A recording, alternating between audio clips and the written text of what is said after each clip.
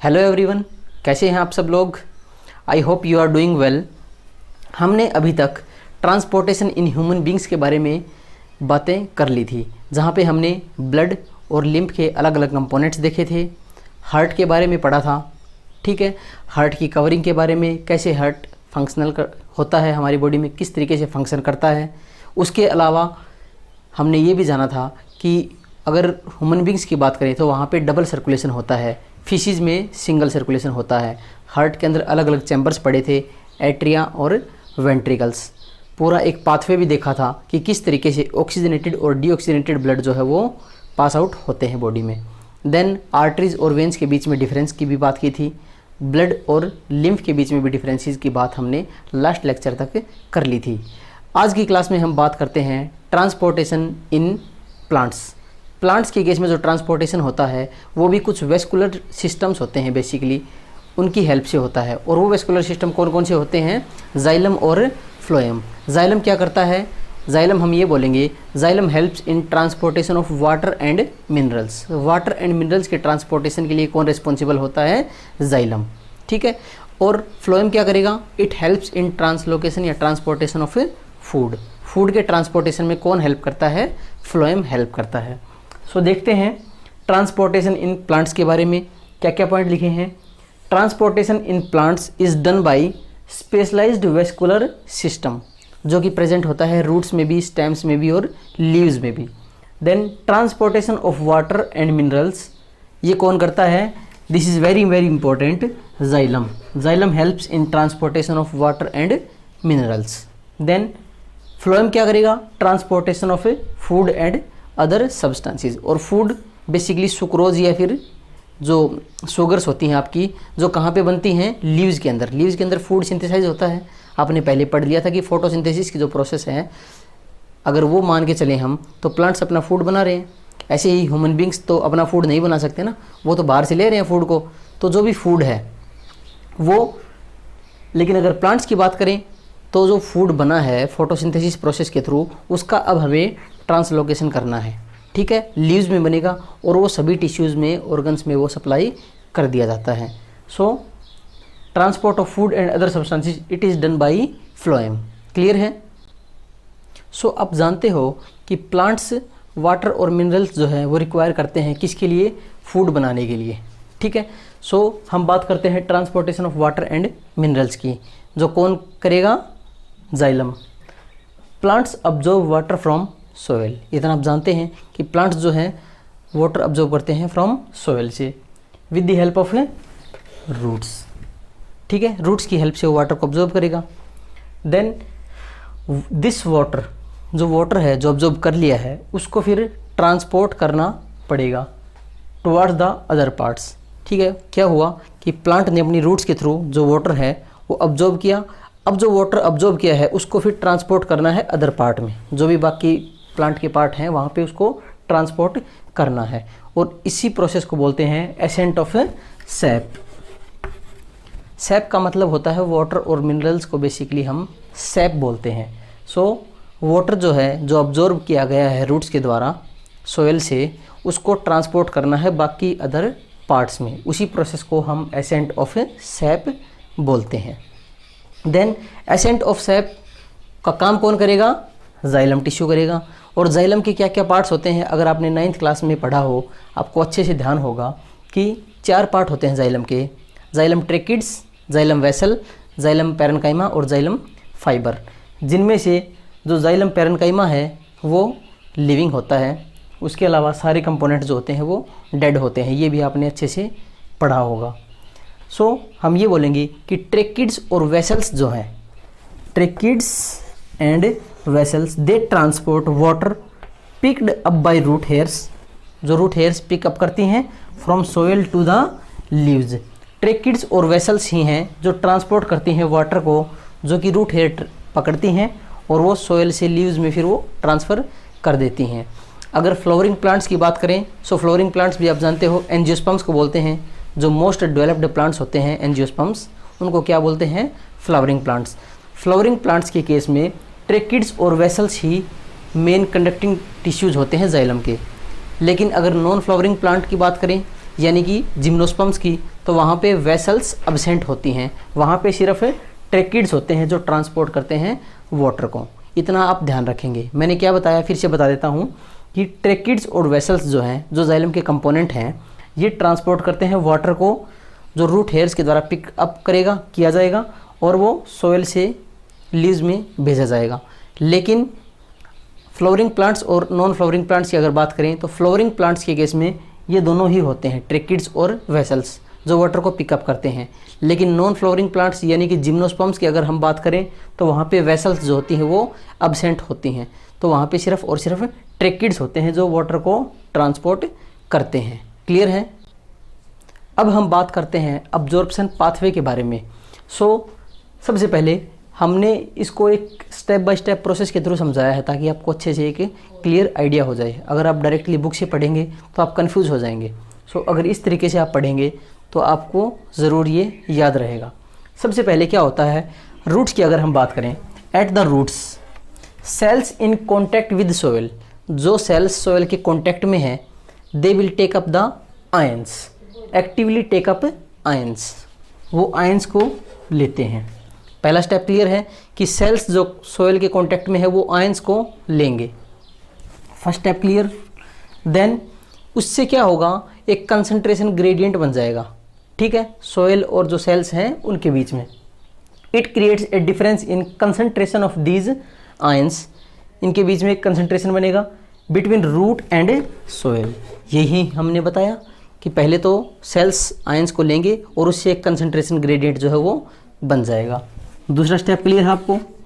Then उससे क्या होगा कि वाटर जो है वो मूव करेगा रूट में फ्रॉम सोयल।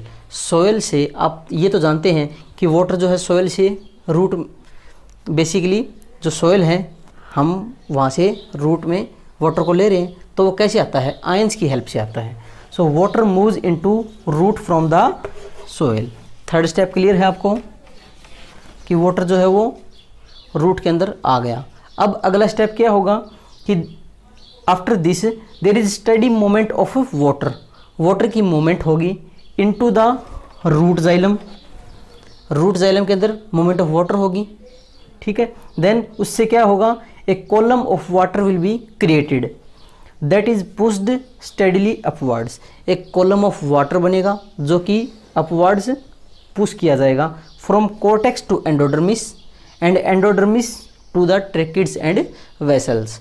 और फिर ये ट्रेकिड्स एंड वेसल्स जो हैं उस वाटर को अपवर्डली मूव करेंगे। अभी हमने पढ़ा था कौन सी प्रोसेस, एसेंट ऑफ सैप, अभी हमने बताया था एसेंट ऑफ सैप प्रोसेस के द्वारा जो ट्रेकिड्स एंड वेसल्स हैं वो जो वाटर है उसको पिकअप करके पूरे प्लांट के अलग अलग ऑर्गन्स तक वो पहुंचा देंगे, ठीक है। फिर से देखते हैं एक बार, हमने क्या बताया कि सेल्स जो कॉन्टैक्ट में हैं रूट्स के वो आयंस को लेंगे, एक कंसंट्रेशन ग्रेडियंट बनेगा, कंसंट्रेशन ग्रेडियंट बनेगा तो वाटर मूव करेगा रूट के अंदर फ्रॉम द सोयल।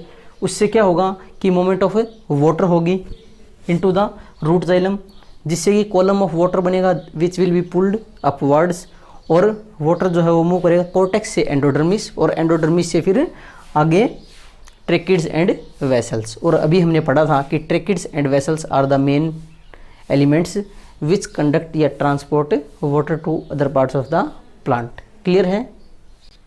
अब हम बात करते हैं main forces which helps in ascent of SAP.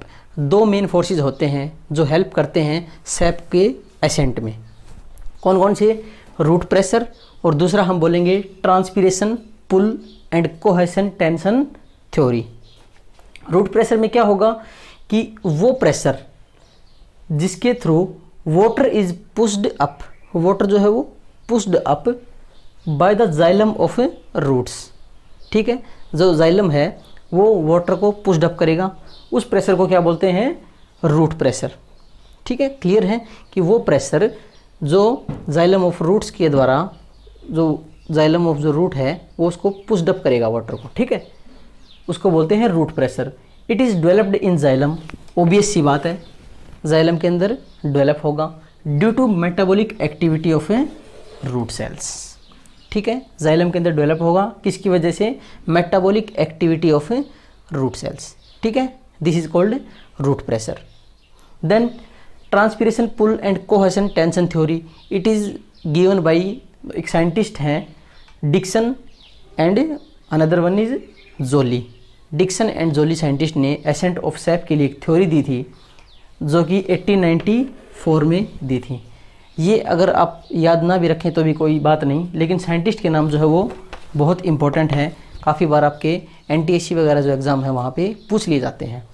So main force responsible for upward moment of water क्या है in tall trees is transpiration pull. ये चीज़ आपको ध्यान रखनी है कि जो बड़े ट्रीज होते हैं वहाँ पे अपवर्ड मोमेंट ऑफ वाटर के लिए जो मेन फोर्स रेस्पॉन्सिबल होता है वो कौन सा होता है, ट्रांसपिरेशन पुल होता है, which is generated in leaves, जो लीव्स के अंदर जनरेटेड होता है, जो क्या पुल करेगा, which pulls the water column filled in xylem tracheids and vessels. Basically वो किसको पुल करेगा, वाटर कॉलम को, जो कहाँ पे फिल्ड है, ट्रैकिड्स और वेसल्स के अंदर। और अगर डे टाइम की अगर हम बात करें तो हम ये बोलेंगे कि कोहेशन एंड ट्रांसपिरेशन जो पुल है, ये जो है cohesion and transpiration pull, they help upward moment of sap, जो सैप की अपवर्ड मोमेंट है उसमें ये दोनों हेल्प करते हैं ड्यूरिंग डे टाइम। ठीक है, ये दोनों चीज़ें आप ध्यान रखेंगे। अब हम बात करते हैं the process of a transpiration के बारे में। ट्रांसपिरेशन आप जानते हो कि loss of water from the aerial parts of the plant, कि जो एरियल पार्ट हैं उनसे वाटर का लॉस होना, उसको हम क्या बोलते हैं, ट्रांसपिरेशन बोलते हैं। अलग अलग टाइप का होता है, क्यूटिकुलर भी हो सकता है, स्टोमेटल भी हो सकता है और लेंटिकुलर ट्रांसपिरेशन भी हो सकता है। देखते हैं क्या क्या पॉइंट लिखे हैं। The loss of water in the form of vapours, water के वेपर्स की फॉर्म में वाटर लॉस हो रहा है from the aerial parts of the plant, aerial part से, उस प्रोसेस को कब क्या बोलेंगे हम लोग, transpiration. Then mainly occurs through stomata, जो ट्रांसपिरेशन है वो mainly occurs through the help of stomata. ध्यान रखना है आपको, 80 to 90% जो है लगभग ये बोल सकते हैं कि जो ट्रांसपिरेशन है वो स्टोमेटा के थ्रू होता है। रेस्ट क्यूटिकल के द्वारा भी हो सकता है अबाउट 9%, एंड बहुत कम होता है लेंटिसेल्स के द्वारा भी, विच इज़ अबाउट 1%। ये चीज़ आप ध्यान रखेंगे। ठीक है, देन फंक्शंस की अगर बात करें तो क्या क्या फंक्शन होंगे, ट्रांसपिरेशन क्या क्या फंक्शन परफॉर्म करता है। सो पहला तो हम बोलेंगे कि absorption and upward moment of water, water के अब्जॉर्प्शन में और उसकी अपवर्ड मोमेंट में भी ट्रांसपिरेशन जो है वो हेल्प करता है। देन टेम्परेचर के रेगुलेशन में भी हेल्प करता है। किस तरीके से, जब when plants are protected from burning, ये बोला है पॉइंट कि plants are protected from burning, plants जो हैं वो बर्निंग से कैसे प्रोटेक्ट करते हैं, ड्यू टू ट्रांसपिरेशन। ठीक है, वो बर्निंग से कौन बचाएगा, ट्रांसपिरेशन बचाएगा। एंड इवेपोरेशन ऑफ वाटर जो होता है वो क्या प्रोड्यूस करता है, एक तरीके का कूलिंग इफेक्ट प्रोड्यूस करता है, जिससे कि वो प्लांट जो है वो प्रोटेक्टेड रहते हैं। क्लियर है। अब हम बात करते हैं कि translocation of food and other substances. अभी तक हमने बात की थी translocation of water and minerals, water and minerals का ट्रांसलोकेशन की अभी तक बात कर चुके हैं, ट्रांसपोर्टेशन की बात की थी अभी तक हमने। अब हम देखते हैं कि जो फूड है, ऑर्गेनिक फूड कहाँ पे बनेगा, बेसिकली वो लीव्स में बनता है। आप जानते हैं कि फोटोसिंथेसिस की जो प्रोसेस होती है उसके द्वारा फूड बनता है प्लांट्स में। तो लीव्स में जो फूड सिंथेसाइज हुआ है वो ट्रांसपोर्ट किया जाएगा किसके द्वारा, फ्लोएम के द्वारा।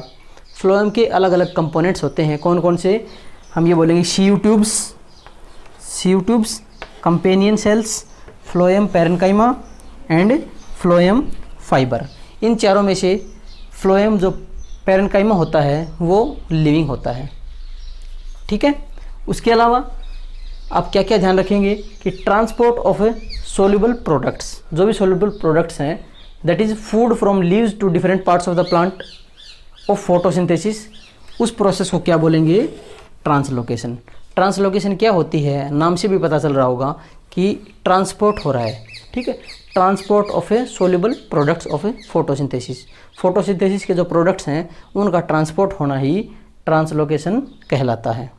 देन जो ट्रांसलोकेशन है वो अपवर्ड भी हो सकती है, ऊपर भी, और नीचे भी, depending on the requirement of the plant की रिक्वायरमेंट के ऊपर डिपेंड करता है कि जो ट्रांसलोकेशन है वो अपवर्ड होगी या फिर डाउनवर्ड होगी। Then sugar, amino acid and other substances are transported from site of synthesis to the site of storage. ये सब जो कंपाउंड्स हैं, शुगर हो गया, अमीनो एसिड हो गए और बाकी जो भी सब्सटेंसेस हैं जो बन चुके हैं, they are transported from site of synthesis, जहाँ पे वो बने हैं वहाँ से, और साइट ऑफ स्टोरेज, जहाँ पे उनकी स्टोरेज होनी है वहाँ तक वो ट्रांसलोकेट कर दिए जाते हैं। सो ठीक है, आपको क्लियर हुआ आप यहाँ तक। अब हम देखते हैं द मैकेनिज्म ऑफ ट्रांसलोकेशन के बारे में कि ट्रांसलोकेशन जो है वो किस तरीके से होता है। स्टेप बाय स्टेप समझाया है ताकि आपको एक क्लियर आइडिया हो जाए। सबसे पहले जो शुगर है, जो सुक्रोज है, जो कहाँ पे बनता है, अभी हमने बात की थी मेड इन लीव्स। ये मैकेनिज्म ऑफ ट्रांसलोकेशन किसके द्वारा किया जाता है, फ्लोएम टिश्यू के द्वारा। और फ्लोएम टिश्यू के 4 कंपोनेंट अभी हमने पढ़े थे, जिनमें से एक पॉइंट बताया था हमने कि फ्लोएम के सारे कंपोनेंट लिविंग होते हैं, सिर्फ फ्लोएम फाइबर जो होता है वो डेड होता है। वहाँ पे जाइलम के केस में xylem parenchyma is living and rest other components are dead. ये क्वेश्चन इसलिए बता रहा हूँ क्योंकि एनटीएससी के पॉइंट ऑफ व्यू से काफ़ी इंपॉर्टेंट है ये क्वेश्चन। ठीक है, कि फ्लोएम के सारे कंपोनेंट जो होते हैं वो कैसे होते हैं, लिविंग होते हैं, only phloem fibre is dead. ठीक है, सो शुगर और सुक्रोज मेड इन लीव्स, जो लीव्स में बनता है, इट इज़ लोडेड इनटू, वो कहाँ पे लोड होगा, sieve tube of phloem, phloem की सीव ट्यूब के अंदर। देन उससे क्या होगा, it increases the osmotic pressure of sieve tubes. अगर वहाँ पे लोड हुआ है तो ऑस्मोटिक प्रेशर क्या होगा, नेचुरली वो इंक्रीज होगा। उससे क्या होगा, water enters into the sieve tube. अगर उसमें प्रेशर इंक्रीज हुआ सीव ट्यूब के अंदर तो वाटर एंटर करेगा, जिसके अंदर क्या है, शुगर्स होती हैं। और कौन सी प्रोसेस के थ्रू करता है ये करता है आपकी ओस्मोसिस प्रोसेस के थ्रू। ठीक है, water enters into the sieve tubes containing sugar through the process of osmosis. Then उससे क्या होगा, जो सोल्यूबल मटेरियल्स हैं वो ट्रांसफर्ड होंगे from phloem tissue to the other tissues. जो फ्लोएम के टिश्यू हैं वो ट्रांसलोकेट हो जाते हैं अदर टिश्यूज़ तक। देन उससे लास्ट स्टेप हम क्या बोलेंगे कि मटेरियल जो है वो ट्रांसलोकेट हो जाएगा from high osmotic pressure to low osmotic pressure. एक बार फिर से देखते हैं कि शुगर जो लीव्स में बना था उसको लोड होना है कहाँ पे, सीव ट्यूब के अंदर। सीव ट्यूब के अंदर लोड होगा तो उससे क्या होगी, ऑस्मोटिक प्रेशर जो है वो इंक्रीज होगा, वाटर एंटर करेगा वहाँ पे by the process of osmosis. Then materials जो हैं, सोल्यूबल मटेरियल, वो ट्रांसफर्ड होंगे फ्लोएम से अदर टिश्यूज़ तक, और उसके बाद में जो मटेरियल है वो ट्रांसलोकेटेड होगा हाई ऑस्मोटिक प्रेशर से लो ऑस्मोटिक प्रेशर की तरफ। सो ये ट्रांसलोकेशन यहाँ पे कंप्लीट होता है।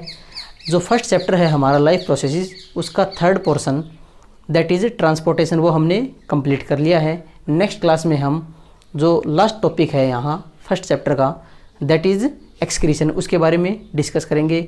तब तक आप वीडियोज़ को अच्छे से देखिए, कहीं भी कोई डाउट होती है तो आप मुझे कमेंट सेक्शन में पूछ सकते हैं।